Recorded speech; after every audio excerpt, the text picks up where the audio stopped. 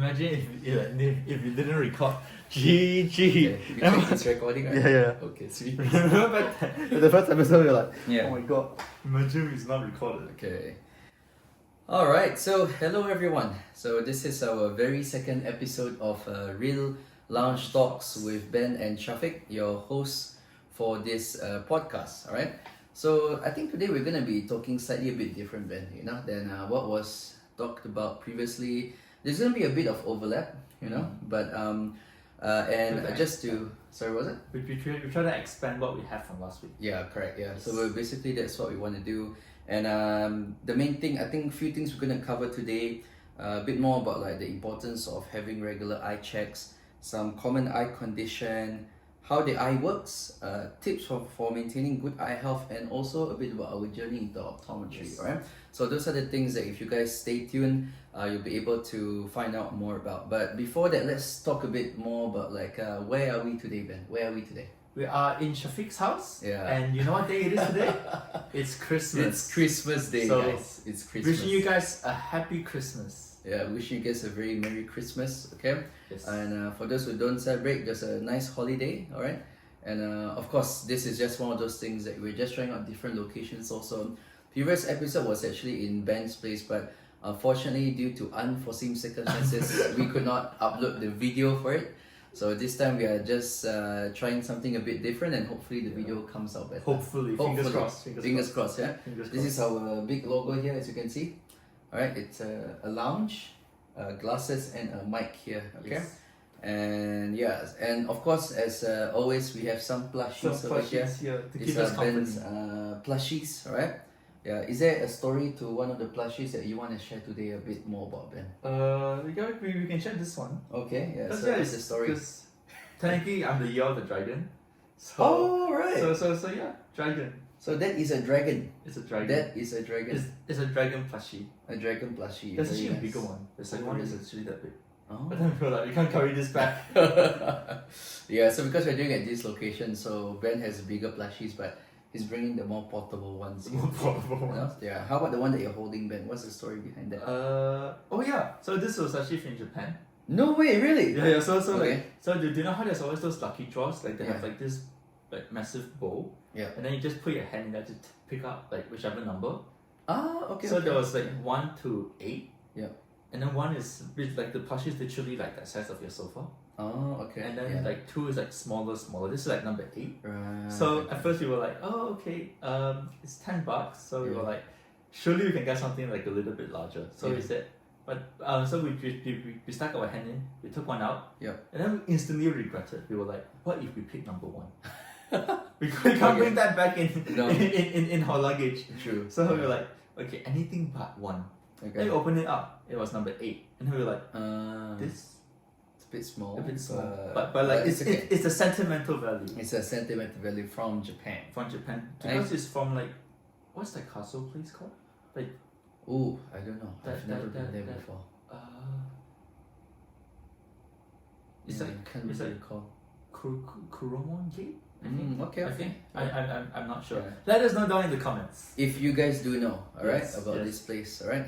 Yeah. So myself, I've never been to Japan. Ben has been there a few times, maybe. No, only one. Once. Okay, once. Once. Right? Once. So, It's just this year I travel a lot. okay. So, yeah. yeah. Because I recall you, was it 2-3 weeks ago? You got back. Was it a month ago? Maybe you got back from Korea. from Korea. So Korea you can and see- then impromptu trip to Taiwan. Yes, Korea plus Taiwan. Yeah. So that's our Ben, guys. He loves traveling a lot, And food. and food. Yeah, And plushies. and plushies, right? So here's the funny thing: we both enjoy food, but my body's a bit bigger. Ben's very slim, I'm actually so I fat. think that's life. You fat. You can see from this. I like how you say you're flat, but then it just goes I down. just push out this time. You're like, it's Yeah. fat, guys. Yeah, and actually, just to share with you guys, right, the reason why we're in our sports attire, right, is because this morning we went to the gym. We went to the gym at 5 in the morning. 5 in the morning, guys. Okay. I never woke up this early in my life. I was like, you know what? Let's commit. Yeah, 2024 will be setting goals. Yeah, I know. So it's just one of those things where, to be honest, it's because myself and Ben, we have something on later on in the day also. Yeah. So we thought like, you know what, we're gonna make an effort to just film this episode earlier in the morning. Alright, yeah, so that we can make sure that like we provide the value that we want to you guys, also to just share a bit about our life and whatnot, so I think that this is just some very important things for us. And this morning we actually hit legs day, all right, so because Ben is like very keen on training his legs, thick legs. So Thick legs. so yeah, you want to get thicker legs, right? And I think we tried a few machines. A few machines. We didn't. Few squats. I think the only body weight thing we did was probably the walking lunges and the stationary squats. I think that was it. Yeah. And then everything else was like machine. Because prior to this, we had done like the squats, the squats. The free weights. With the barbell, with the barbell. So now we just try a bit more machine. So we did the hack squats, right, which is with that machine. Remember the very first one that we did? And then we also, there were a few others. Honestly, you know what? I'm not even sure the name of the machines, We just use it. We just use it. It's just leg curls. Leg curls, yes, there was leg curls, there was leg What's the other? extension. Okay, so the one that we lie down was leg curls. And then this one is leg extension. And then that is leg extension. Oh, because because you extend up your legs. leg. And then we also did calf raises. So we did seated calf raises, right? We ended off with that. Yeah. And I remember after every single set, Ben will just say that, oh my god, my legs are like jelly. I can't walk tomorrow. I basically can't walk tomorrow. So I'm staying home. So Ben is fine for today, but tomorrow Dom's gonna set in. And if you think that tomorrow is worse, usually day 2 is the worst, usually. Okay. That sudden realization on Ben's face. Let's just stay home for the next week. So we'll see how Ben goes, okay? Yeah. If there's no episode next week, you know why. Yeah. Okay. All right. So let's get into it, okay? The very first thing we're going to talk about, okay, the importance of regular eye checks, Ben. All right. Yeah. So I think we just have a few pointers here, because we just want to make sure that we really catch on to it. So yeah, let's firstly talk a bit about early detection. Like how does that really benefit us? So you might want to start off first, Ben. So we do have, like, especially for kids nowadays, we do a lot of like vision screening. Yes. So we recommend, like, for kids under 5. We say before, is it 5 where kids go to school?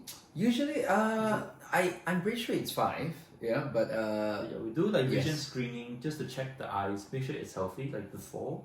They're 5, but like when they're newborns, they technically do all the screenings with the nurse. That's right. They check for red reflex. What that basically means is the light reflecting off the eye, make sure it's red, make sure it's equally bright. If not, there's like chances of like retinoblastoma, which is basically a very rare eye cancer, very aggressive eye cancer.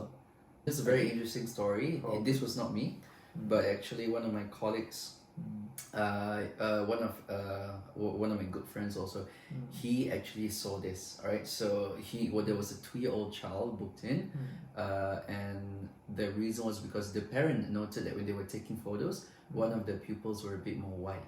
Okay, so what happened was that brought the 2-year-old in. Initially they're like, I don't think they can really check anything, but it was actually quite a compliant 2-year-old. So they actually managed to get the child onto the slit lamp itself, had a look inside the eye, and saw that there was retinoblastoma. Damn. Yeah, so I've never seen it before personally. All right, so this is a story from a friend of mine, and of course, one of the sad things about this is that yes, the baby did. I mean, it's not a baby; it's a toddler, I would say. Had to get the eye enucleated, which basically means you have to get the eye removed, all right, and replace it with an artificial eye in a way, right? Because you don't want it to spread to other parts of the body, if anything. Yeah. So. Yeah, that's basically like when you look at more like developing countries, it's very sad because you see all of those photos of like their eye basically bulging out. You see all the mass. It's very unfortunate, basically. It is. I would agree. Especially when the kids are so young, you just see them in so much pain. Yeah. Do you know what is this photo with this, I think 4-year-old? Yeah. Like, it's just like a complete mass. Like it basically protrudes like out like that. Oh wow. Yeah, okay. and just in one eye as well. Yeah. So I guess that's one thing. I mean, again, it's a really rare condition. We're not trying to scare anyone here, but it's just one of those things that, like, just I think especially for kids, you do want to look out a bit more for that. And I guess when it comes to adults, it's more of trying to detect for things like glaucoma, trying to detect things like maybe macular degeneration. Yeah, although these two usually, yes, people who are much older would get it, right? But you wouldn't know unless you come in for an eye test, you know.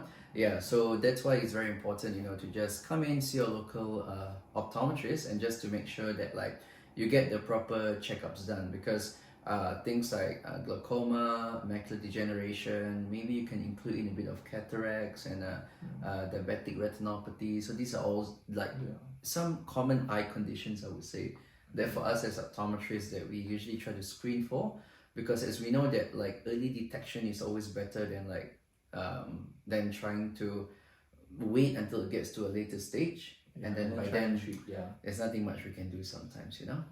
So that's one of the things about the importance of having earlier eye checks, just to make sure that you can get all of that out of the way in a way. And let's see, what else do we have? All right, so yes, vision changes usually is a bit gradual in a way, you know, like for instance, like if your eyes is one of those things that that you find that your vision is getting worse, it's something that is pretty slow. But if you go in for an eye test, right, the optometrist can tell you like, is your vision okay or if it's not okay. So those are some things that we have to take note of also. And sometimes you may even notice nothing that has changed. But like you'll be surprised when one of the times where people come in, oh, nothing changed with my eyes. And then you just do like a few things, you're like, things have changed. And you're like, what? No way. So I feel like sometimes because maybe they don't really feel it much in their daily life.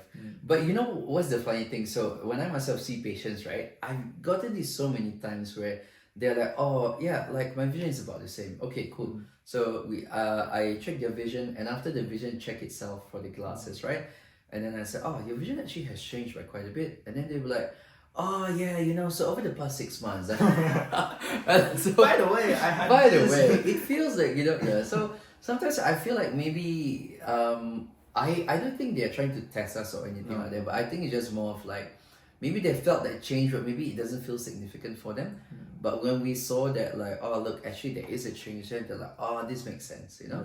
So I guess it's just one of those things where if you guys are not sure if your vision really has changed, you know, just visit your local optometrist just to make sure that everything's fine. And then we can find out things. We can find out things. Yes, and also I guess it's also about like if you do have conditions like diabetes or high blood pressure, right? And is there like, can you share with us like some signs we can see if people have these conditions usually, Ben? Just like from us optometrists, whenever we take photos of the eyes, how we call fundus photos. So we just take like the central area of the eye, which takes like the nerve, the macula, or your blood vessels. When you have diabetic retinopathy, that's when you get a lot of like microbleeding, or like basically like small little dots of bleeds around the eyes and all along the blood vessels. Just with diabetes, because it sometimes also affects the more peripheral parts, which the photos doesn't take. So we always recommend that we check the peripheral eye. Sometimes you can do it without drops, but we do recommend drops most of the time. But unless like they're driving, they're busy at the end of the day, then we try and get them to reschedule to come back just for the drops. But it's mainly bleeding with diabetes. But then what's the other one you said? High blood pressure. High blood pressure.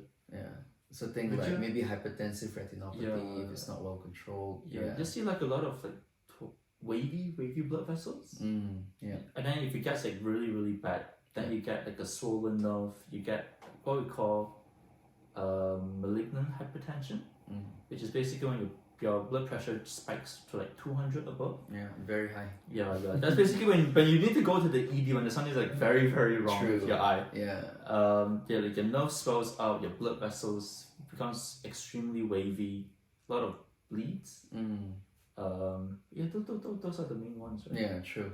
So I think those are the main things, because I think one thing is that when patient comes in, right, and then they'll be like, oh, so every year my eye looks okay, so why do I have to come back every year to check it? So what I always tell patients is that, look, most of the time, if your blood pressure or your blood sugar levels, right, is stable within the normal limits, we won't really see any signs in the eye.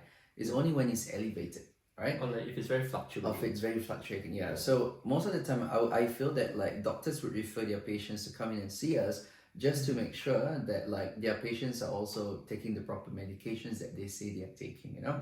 So it's more of like a sign for doctors also, just to feel like, oh, like everything's fine. So that's why it's a very comprehensive approach.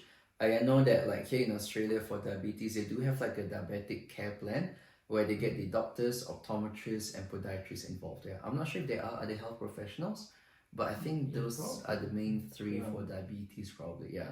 Let us know if you guys know that there are any other health professionals that are involved in diabetes care. Yeah. Like back then, they always sent us all the forms. You just see like 16 pages. Please sign here for a care plan. Yeah, and then we just sign at the back of it to say, we're involved in the care plan. And basically what it involves is that as optometrists, we actually write a report to your doctor just to mention how your eyes have been, basically, right? Yeah. Okay, moving on, Ben. Let's talk a bit more about common eye conditions, okay? So a couple we have here, things like short-sightedness, far-sightedness, astigmatism, cataract, dry eye syndrome, okay? So maybe let's tackle the first two, which is the most common that most of you guys will have, which is short-sightedness or either long-sightedness, okay? Yeah, so maybe I'll start off with short-sightedness because that's something I'm very passionate about. You know, we should include like a diagram. I know, I feel like we should have a diagram, right? Okay, so that's something that maybe in future episodes you will definitely, Or we get more funding. Yeah, or we just use the TV and then we can just change, right, actually. Yeah, like slides. I know. We can do PowerPoints. I know, right? Yeah. Okay, next episode, next episode is going to be a PowerPoint. Either next one or the next or but we will definitely look into it a bit more, okay? Alright, so myopia basically is an eye condition where the eye itself is actually growing longer than it should be in a way, and hence that's why they get blurry vision. So just imagine this, right? Like if you have the eye like this and light enters from here, so technically if the eye is not really growing, it should land just on the retina. But what happens in a short-sighted eye, right, is that the eye grows longer. So when it grows longer, the focal point is still the same, but now because it's not on the retina, so that's why it's blurry, okay? So people who are usually short-sighted, they can't see well far away, but the close-up, everything's great, Yeah, so these people usually, they do need glasses or like contact lenses just to help them to correct their vision, okay? Yeah, so how about far-sighted, Ben? Like, share with us a bit more about that. So far-sighted is basically the opposite. So the eyeball, instead of being a lot longer, yours is actually a bit shorter. The focal point of the eye is still basically the same, so it falls behind the eye, and that's why they need some special glasses just to bring the light back to where it needs to be.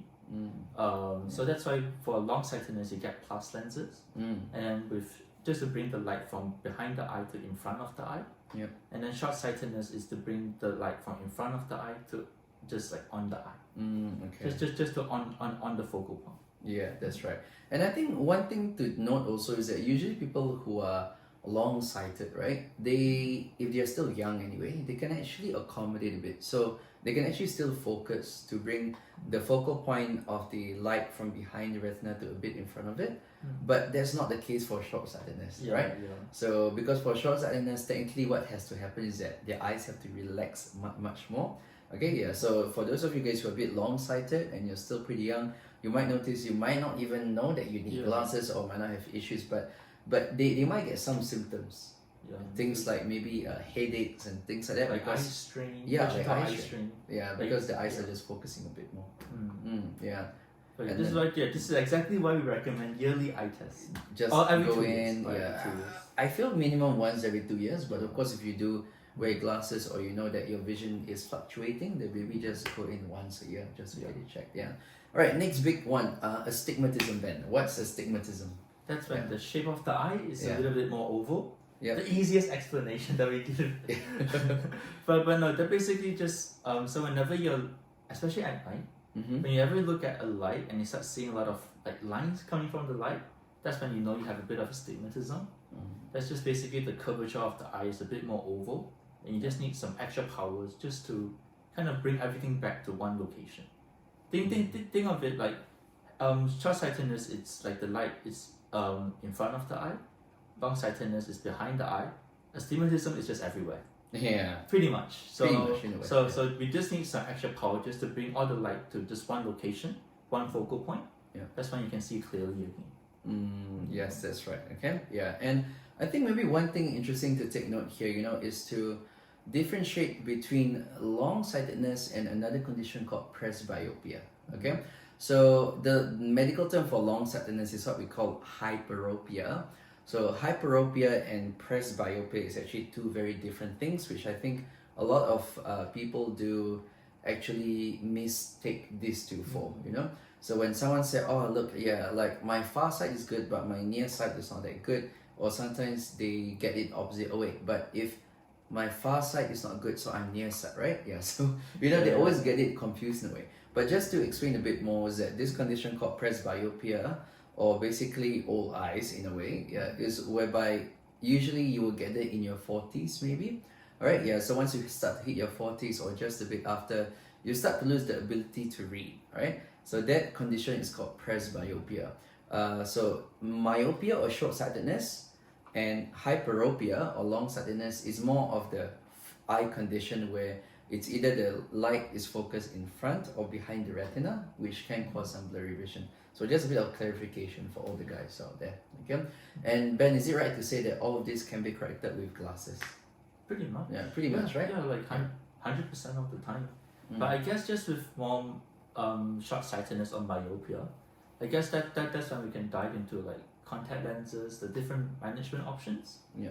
We'll do that in future episodes. We'll do that in future episodes. Stay tuned. Stay tuned. Okay, yeah. All right. Okay. So let's have a look. Cataracts. Yes, cataracts. What are cataracts, Ben? Cataracts are when your lens turns from a clear color to a much more like cloudy, yellowish, brownish color. More so happens in 50 plus, I would say. I would say so too. Yeah. But then nowadays, especially with Australia being such a high UV environment, I do see a few in like 45, 46. Basically just all the UV in kind of hits the lens, and then the lens kind of cooks in a sense. They were like cooking an egg. So when you first cook the egg, that's when it's clear, translucent. As you cook it more and more, that's what the UV is doing to the lens. It's just cooking it more and more. That turns it brown and then very, very cloudy. That's when, especially when you're more like 65 onwards, once your vision decreases to a point, you get very poor contrast sensitivity. And what that basically means is how you differentiate two objects can be very different. Yeah. So sometimes the shading of things will be a lot more clouded, blurred. Colors as well. I guess if it gets really bad, then it gets very washed out. It does, yeah. Yeah. But that's only if you don't really go into that surgery option. That's when you leave it for a lot longer. But nowadays people do surgery when they're like 65. So they don't really reach that point where it gets really impacted by the vision. Yeah. Yeah, so basically one of the things about cataract is that it's one of those things where because your lens is being blocked over time due to that UV exposure and it becoming more opaque, so you can't see things as well. But like what you said, it's reversible. You just have to do kind of like a surgery, and this surgery is usually like a day surgery. Yeah, it's like 15 minutes. Yeah, you literally go in the morning, you're out by the afternoon, or go in the afternoon, out by like just before nighttime, and you're pretty much on your way after that, you know? Yeah, so it's one of those things where it's not as scary as it sounds, I would say. Yeah.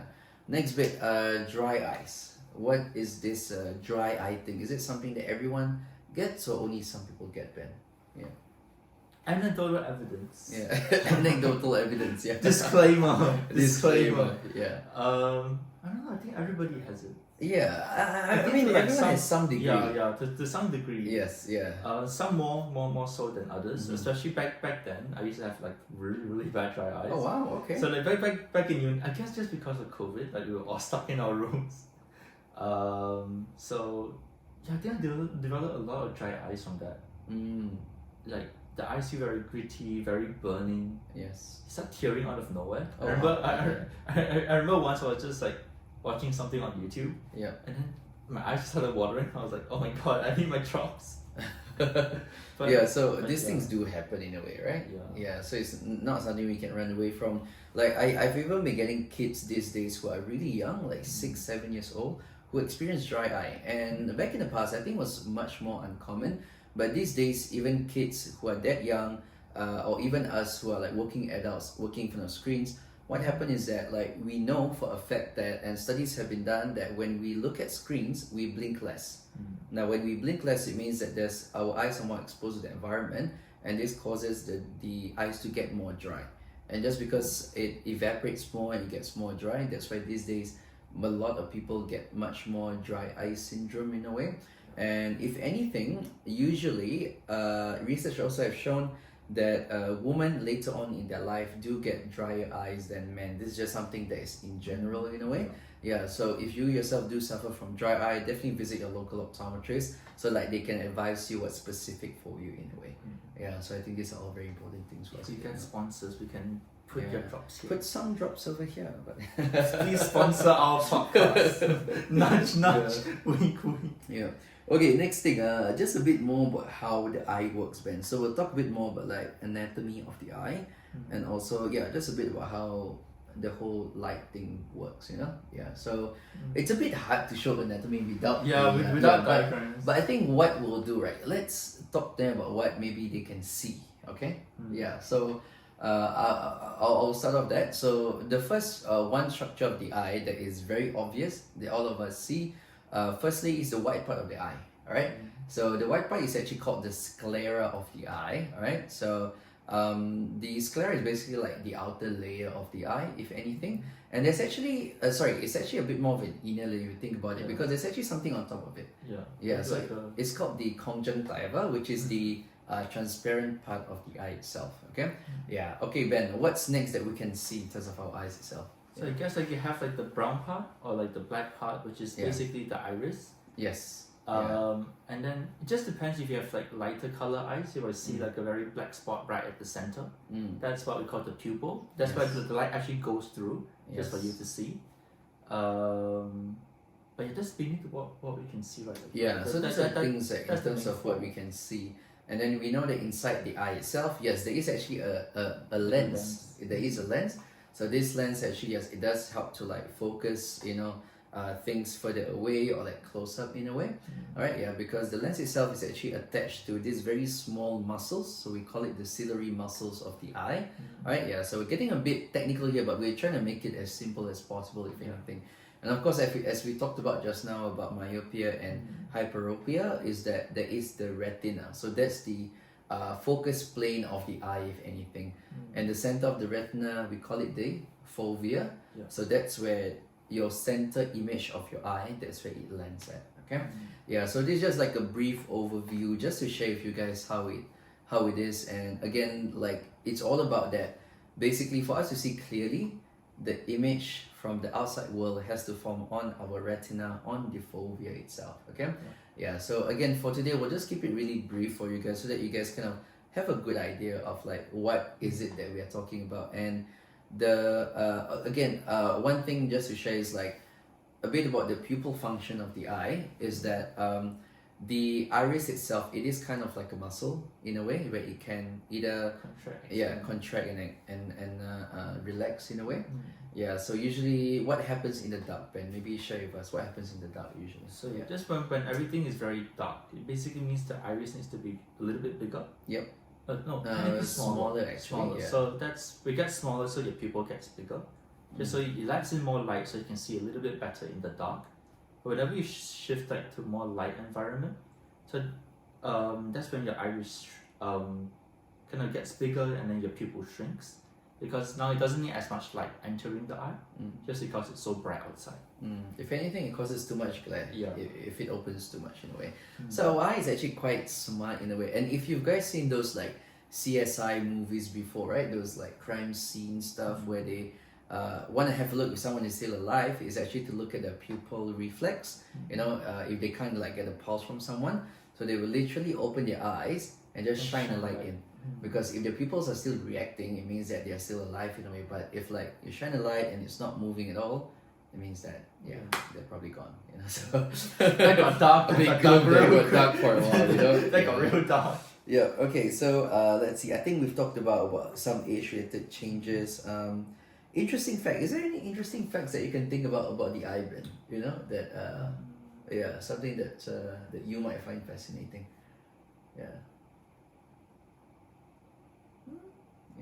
No, not really. I guess it's all quite interesting. There's nothing like specific. I guess it's just with like the muscles. So I guess we touched a bit on presbyopia just now. Yes. And the reason for presbyopia happening is because the muscles gets weaker as we age. Yes. And then once that happens, that's when your vision up close gets blurred. And then but your far away vision is still pretty good. It's nothing wrong with the eye. It's Yep. just more age related. It's just age related. And I always get this question from patients, Ben. Can you train your eye focus muscles to get stronger? What's your take? What's your take on this? Because I guess just from like a scientific point of view, it's very split. Some believe it works, some believe it doesn't. I guess just from my point of view, it's like I don't really see it working. Yeah. Just because this is nothing with the eyes like degrading, or like not like an eye disease. This is just natural like eye change. Yeah. That's just when your muscle gets weaker, but that happens to everyone. Yes. Only if you're a bit younger, then there is studies to show yes, like eye training works to bring things back to normal.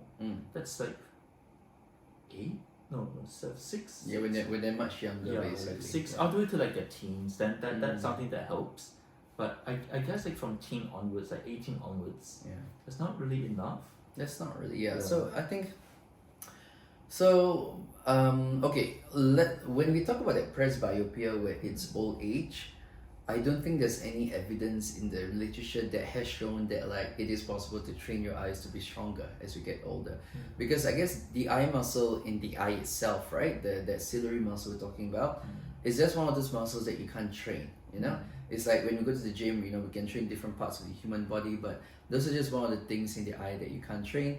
And it's also a bit more about like how our skin over time as we grow older, you just start to get a bit more wrinkly in a way. Yep. So it's just like a normal age-related process that you can't reverse, if anything, you know? Yeah, so I guess it's like a hard pill to swallow because for... Is that the back? No, maybe it's at the bottom. No. Okay, guys, so we found out that today I don't know how to switch on the TV. So just give me a moment. We'll edit this bit out. Imagine if you look at this and then it doesn't record. It's recording. Yeah, it's fine. Yeah. Okay, yeah, so I guess that's the take on it when it comes to like presbyopia, more so with old age, you know, there's not really any evidence to show that you can really train the eye muscles. But yes, like in younger kids, you know, when it comes to maybe their eyes, or maybe if their eyes are not coming in together, or if their eyes are deviated out a bit more, to some extent, some of it can be trained in order to correct it. Yeah, so we'll definitely dwell a bit more into it in future episodes and whatnot. You know, I think that's something pretty interesting. Okay, you know, right. we can probably invite people for that. We can people who specialize a bit more about like pediatric eyes, or you know, maybe with eye muscles. I mean, look, who knows in the future if you can get like ophthalmologists to come in, you know, to just have a bit of a chat, or even optometrists who are more keen on these different eye conditions, you know. Yeah, something to look forward to. Something to look forward to. Yeah. If it happens. Yeah, if it happens. Okay. All right. So last bit before we talk a bit about our journey with Ben is tips on maintaining good eye health. All right. Don't look at screens. Yeah, I think that's one of the biggest one. Yeah, it's one of the biggest ones because like when we look at screens, I guess in general, like we tend to strain a lot, and the most important things, as with most things in life, I think is having that balance, if anything, you know. Yeah. So because like in our day and age, we can't run away from it, but I think the literature is very obvious to show that like having regular breaks from screens is actually very beneficial for us. Yeah. So I think that's one thing that we definitely have to look a bit more into, you know, when it comes to screens. So I think there's a couple of good rules, to be honest. There's one which is the 20-20-20 rule. Okay, so enlighten us, Ben. What's the 20-20-20 rule? So every 20 minutes on any screen or device, look at something far away, which is 20 feet away, which is what, 6 meters? Yeah. For like 20 seconds. Yeah. But I think like from what I normally say, it's like just so they don't spend so much time on like up close things. Yeah. I usually say like I think studies can do like 20 to 30 minutes. Yeah. And then I just tell them like look at something far away. Just go outside and play for like 5-10 minutes. Yeah. Because I think there are some studies to show like 1 hour outside nowadays is really beneficial for the eye. Yeah. It also prevents like, or like it kind of like what's that term? Delays the onset of myopia. Yeah, it does. So 1 hour every day outside. Yeah. So I think it's a bit of a variation. I think there's some literature that say 1 hour, some that say 1.5, And I think one of the biggest study that was done in China for over 1,000 kids, they said 2 hours, you know? Yeah, Wow. so, but I guess the main thing is like having time outdoors, you know, because naturally when we're outside, right, we tend to look far away much more. So when we look far away much more, I think that's where it relaxes the eyes, you know, and when the eye is much more relaxed, that's where over time, it just doesn't get too bad in a way. Personally, for me, like I have recommended 20/20/20 for my patients before, but the issue is the practicality, if anything. Yeah. So especially for kids or even for adults, to be honest, 20 minutes is actually quite a short time. It's a very short time for you to suddenly Look at walk that. around, look Imagine far setting away. a timer of 20 Yeah, minutes. everything You're like, is- oh, it's okay, quite let's just turn out disruptive. it. Yeah. Yeah, so I actually agree with what Ben said, which is that like most of the time I actually give my patients more allowance, so I give them up to like 1 hour. So I would say that look, every 1 hour just give about 3 to 5 minutes for you to relax your eyes or look far away. Yeah, and I realized that it's actually much more manageable for my patients because like if you think about it, in an hour you can get substantial work done, either like if you're studying or if you're working in a way, and then that 3 to 5 minutes is literally just taking a break, just going to the toilet, just drinking water, just yeah. So I think that this is something that's more beneficial and something that can suit our patients a bit more. Yeah. That's true. Yeah, and okay, in regards to dry eye, something that I would share, which is that like I think studies have shown again that if you do have dry eye, taking food like even like omega-3 fatty acids with like fish oils and all this kind of things is actually very beneficial. Yeah, so that's something that you can consider taking. I do know that there's kind of like a vegan substitute also, for instance, for our listeners, who might be vegan, that they can go to Chemist Warehouse, alright, or basically not even Chemist Warehouse, any pharmacy, because Chemist Warehouse is not sponsoring us, so we should not have said their name. We're gonna bleep it out now. Yeah, but basically any you chemist out there. yeah, any Unless they're willing to sponsor us. yeah, so any pharmacy that's out there, basically, yeah, you can definitely ask for like vegan friendly options or even things like similar to fish oil in a way, right? Yeah, and then just manage it with eye drops. I think there's a stigma with eye drops that people like they don't want to use eye drops because they think that it's bad for them. Or like they feel like because they want something in their eye. True. Yeah. So like they use like the actimist thing. Or like the mist that spray on their eye, but like that doesn't really work. Because like, it only gets on like the eyelid and the eyelash. Yeah. And then they still come back complaining like my eye is too dry. It's still very dry. And then we're like, you need like drops for the eye. That's right, yeah. And I think just to reassure our viewers these days also is that like most of the eye drops these days is preservative free. Alright, like it's very easy to get preservative free ones, alright? Like it comes either in the multi-dose or there's also those that comes in the unit dose ones, So I think that nowadays there's definitely much more options in a way that like don't have that stigma of eye drops is bad for me, like I don't be reliant on eye drops. It's just one of those things that like nowadays we have to use it, in order to like manage with so many things. Yeah. So I guess it's just one of those things, Ben. One of those things. So like the unit dose is a lot better because they can bring it to work. Yes. Like literally like 1 tube for 1 day, bring it to work. Yep. It's like small, it's compact. Because like bottles you have to throw it out like every month. And then like people say like it's kind of a waste of money. Yeah. So you tell them unit dose, so they use it whenever they need. Yeah. That lasts you 2 years? Maybe. Like look, I guess it depends on how frequent you use it also, but if you're someone who has like super severe dry eye and whatnot, it probably lasts you a bit shorter, but if not, it can last you longer. Like what you mentioned basically. Yeah. Okay, a couple more things. It says about having protective eyewear, things like sunglasses and safety glasses. Yeah. How important is sunglasses, Ben? Very important. Yeah. Why? Like, why is sunglasses important? I guess it's not so much like the sunglasses itself. I think it's more so like the UV tint. That's basically what's important because it basically blocks out all the UV, and then that prevents like your eyes from developing what we call like pterygiums, pinguiculus, which is basically like growth on top of the eye, which is basically due to UV. It also prevents, like I guess it delays the onset a bit of cataracts as well.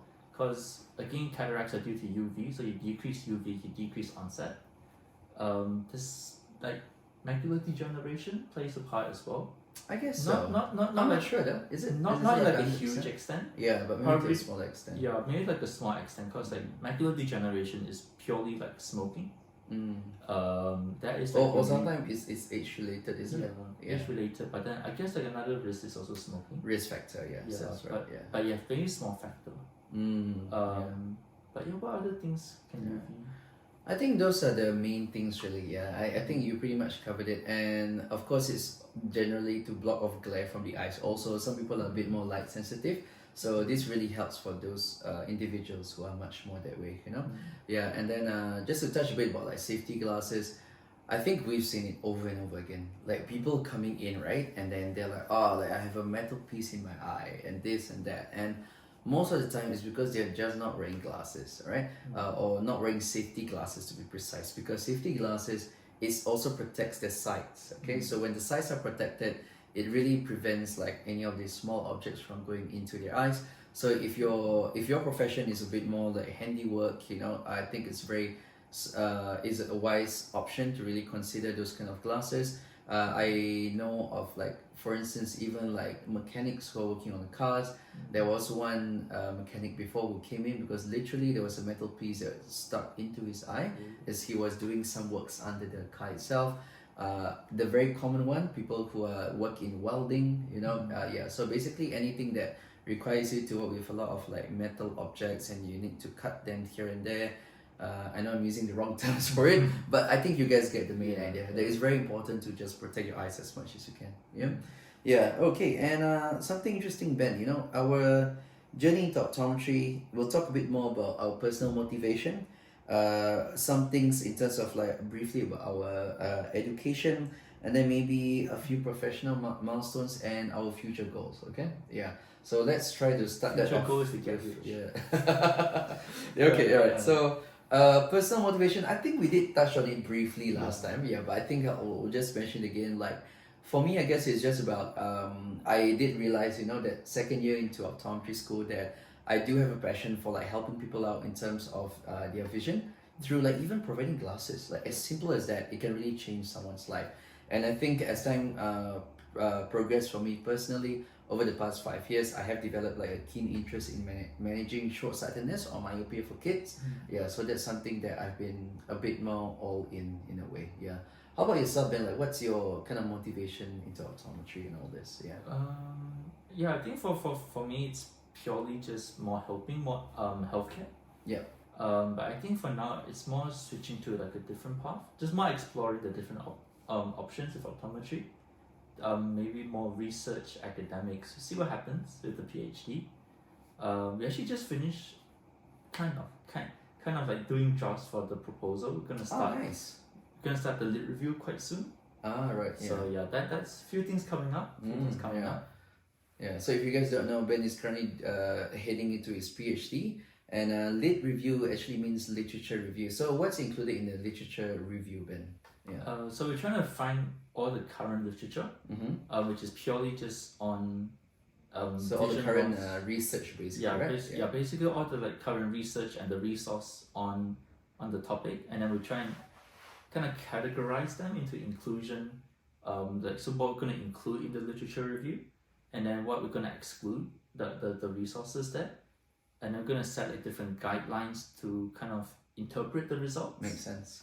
And then that's how we're gonna do things. That's it. Yeah. So this is before, from my understanding, correct me if I'm wrong, this is before the actual research phase where you actually bring someone in, right? Yeah. So this is more like the foundation.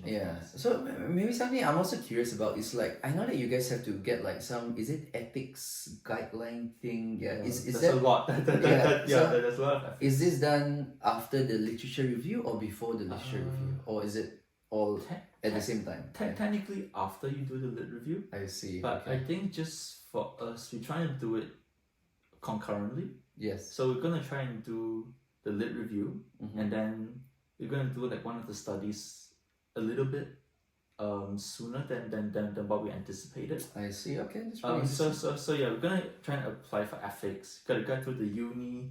You have to read. So we basically try to read like the new guidelines set up by NHMRC. Okay. What's NHMRC? Was that the National Health Medical research committee, maybe. Maybe. Yeah, but basically it's an organization that is for the ethics Yeah. committee. Is it something Yeah. like that they have it? Okay. Pretty much. So it's like Yeah. a guideline that we all have to follow, Yes. just for like research purposes. I see. Okay. But I think it probably delves a little bit more than just research, probably for like general ethics. Yeah. But so you have to get that approved, and then you get the uni's ethics approved. Okay. So yeah, those are the two things. Wow. I thought there was only one. So there's Probably two. is one, Okay. but I think just because from the proposal we try, because I think we touched base on like the two kind of ethics, so I think we need to do both, but maybe just one. Yeah. Okay. Interesting. Maybe I don't know. So we just I have don't to know see yet. how things go. Cause yeah, I'm just like very early into the thing, so we probably know a bit more. No, but look, it's Yes, something yeah. that's definitely interesting, and again, for our viewers, stay tuned because we'll definitely be revealing more of what Ben is doing over time. You know, so that we can know how his PhD process is like in a way. You know, Hopefully by next year you might see something. yeah. Who knows? Who knows, Who guys? Yeah. Who Okay. knows? Yeah.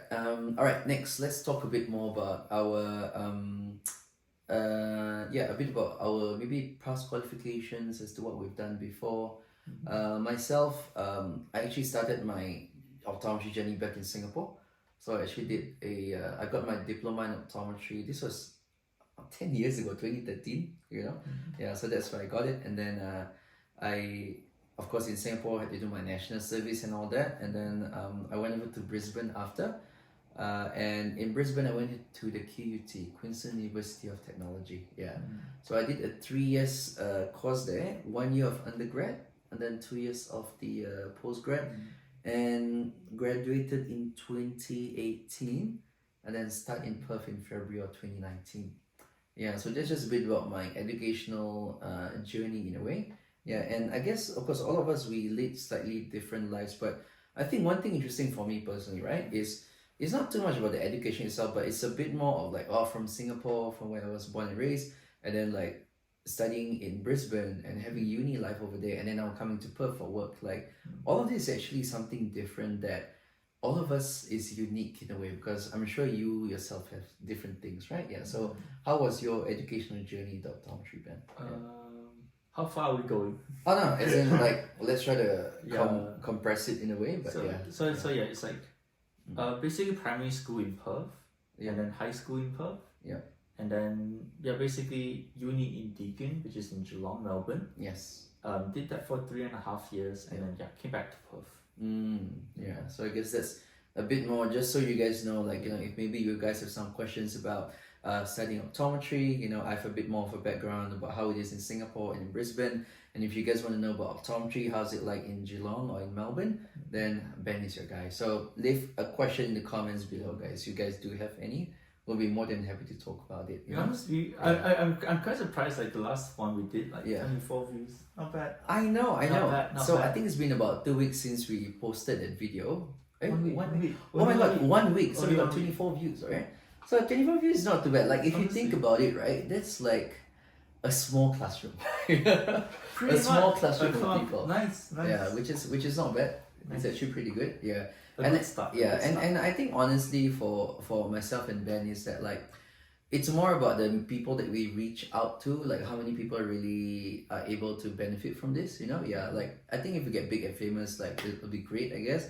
But even if that's not something that we get to, it's just something that we want to share, like the knowledge that we have. And then something for me and you in the future to look back to like, oh, it's pretty cool that we did Yeah, we last did this time. back in the day. Back in the Imagine days. when we were all old and wrinkly, like, oh, back then. Yeah, back then, you know, yeah. So it's just Telling your these grandkids. things. Yeah.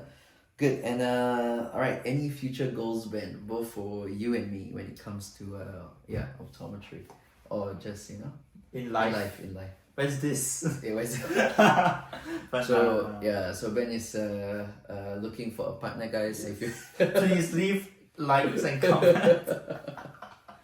yeah, so if you guys happen to know anyone you want to introduce to Ben, please feel free to do so. All right.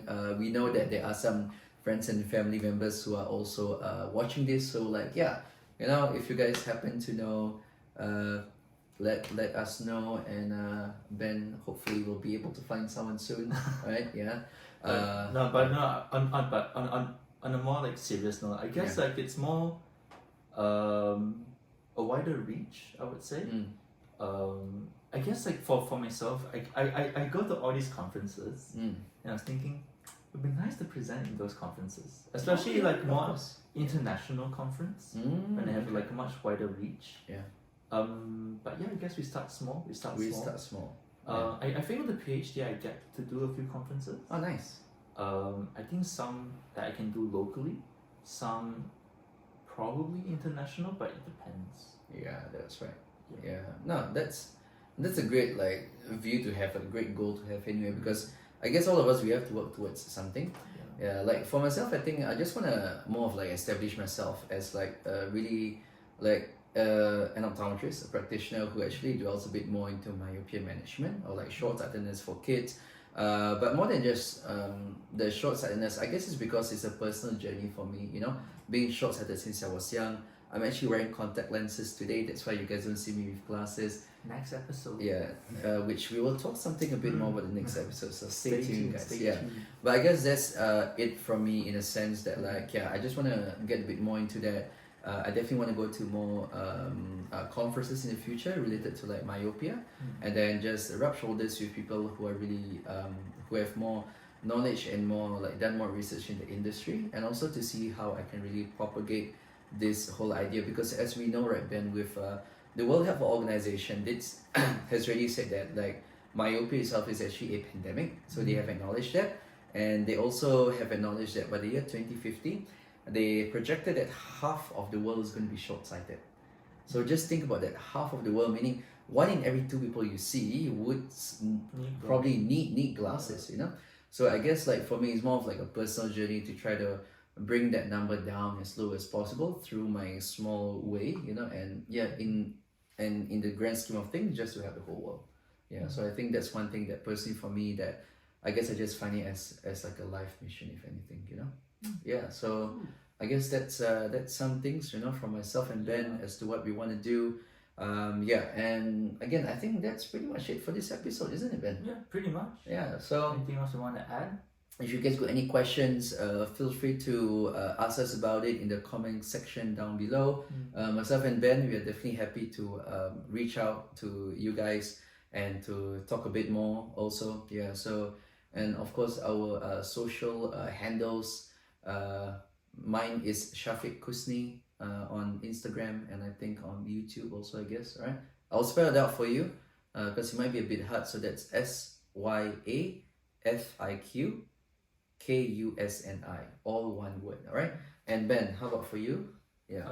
Just my IG handle is Ben_SY_Lee. I'm gonna leave it down in like the description somewhere. Hopefully it's somewhere, because I think we forgot to put it last time. So okay. So it's gonna be in hopefully the this time section. we will put it in the description below for you guys. Okay, all right. Okay, so you're gonna see like our numbers spike up, our followers spike up. Yeah, so that's it from us. If you guys are reaching out on us on socials, please feel free to like drop us a message, you know, just to say that you have heard that you actually came from this podcast, and then we'll be able to definitely interact a bit more, or again, any questions related to optometry. I wouldn't say like myself or Ben have all the answers in the world, but if we don't, then we might be able to reach out to some of our colleagues who might be able to maybe answer those questions. But we will definitely try our best to help you guys out. But this is in no way to say that this is medical advice for you guys. If anything, it's more of entertainment purposes, and do visit your local eye care professional, because they will be the one maybe specific to your country that you guys are in, or even here in Australia. They'll be able to advise you much more specific to the condition that you are having. Okay, so yeah, that's it from me. Anything else from you, Ben? Click here for more. Click here for more. Click here to watch the next video, and do like, subscribe, and share this video. Yeah, okay. Alright. Alright, okay, take care. Bye bye.